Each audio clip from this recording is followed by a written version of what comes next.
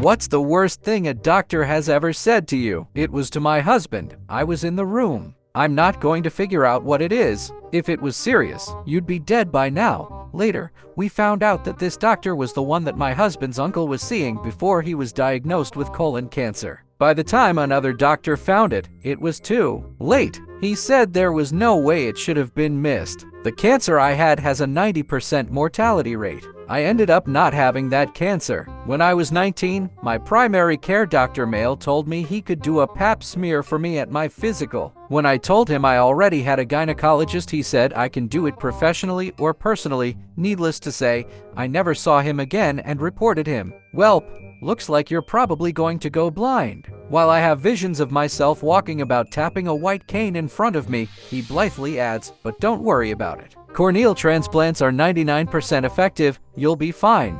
I did have transplants later when eyesight got bad enough to warrant it. They worked a miracle, but man, lead with the "you'll be fine" next time. This was overheard by a friend of mine when a neurosurgeon looked at the CT of her son's brain.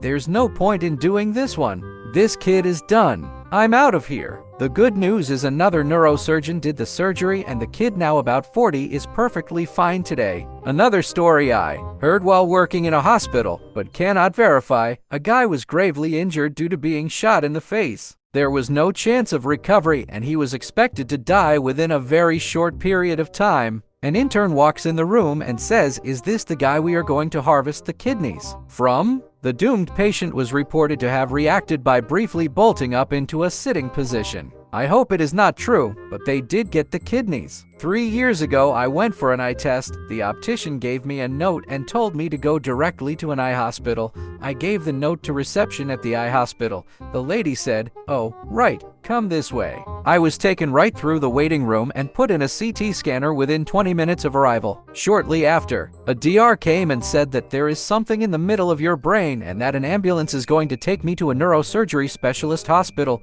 A few hours later, I was having a drain put into my skull to get rid of built-up spinal fluid pooling behind my eyes. An MRI scan revealed a golf ball-sized cyst in the middle of my head that was causing problems. That was a pretty bad day. I was 18-19 and my first Geno apt. I told her how something hurt when I had sex and I wanted to start birth control, and she told me that I was too young to have sex, so she wasn't going to help with that. That I have genital warts, proceeded to freeze them off, and sent me on my way. I went to my family doctor and she told me I did not have genital warts and was very confused by the other doctor's diagnosis and treatment. Found out later on that the original doctor who gave me text and diagnosed me with GW had come to Canada because he lost his license while practicing in the USA.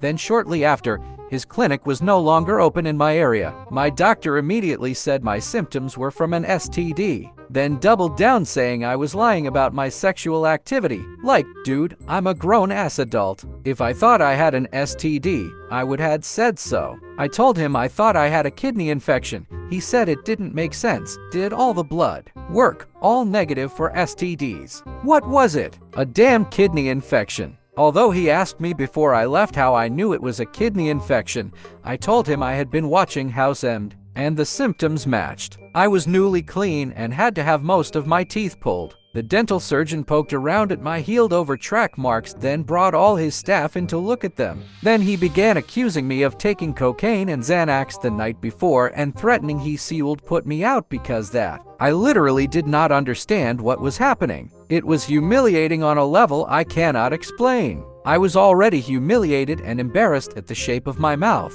Now this? All I could do was politely sit there and take it, wait for him to finish with all his little hate, and do his job. Asshole. When I was 7, I slipped and hit my head on the door axle. I was rushed to the hospital cause, well, at that age, my skull was like butter. I was crying a lot, and one of the doctors told me, "Stop crying or I'll make it hurt more." A doctor told my parents I'd gotten used to all the attention after having an emergency appendectomy and was only pretending to still be in excruciating pain. I was 7-ish. What actually happened was they'd left acid just around and it was literally burning tissue and creeping over to my liver. I spent a month in the hospital. A different doctor, who used to be a family friend, once told my sister 6 years old that Tourette's syndrome wasn't real and she needed to stop faking it. I can't tell you how damaging that was and what it took to help her feel secure with her tics again. That I obviously didn't dislocate my knee, I had put it back in myself before I went to her because it wasn't swollen out like a balloon. He then proceeded to push my knee down flat after it had seized in a bent position to put a stretchy bandage on it.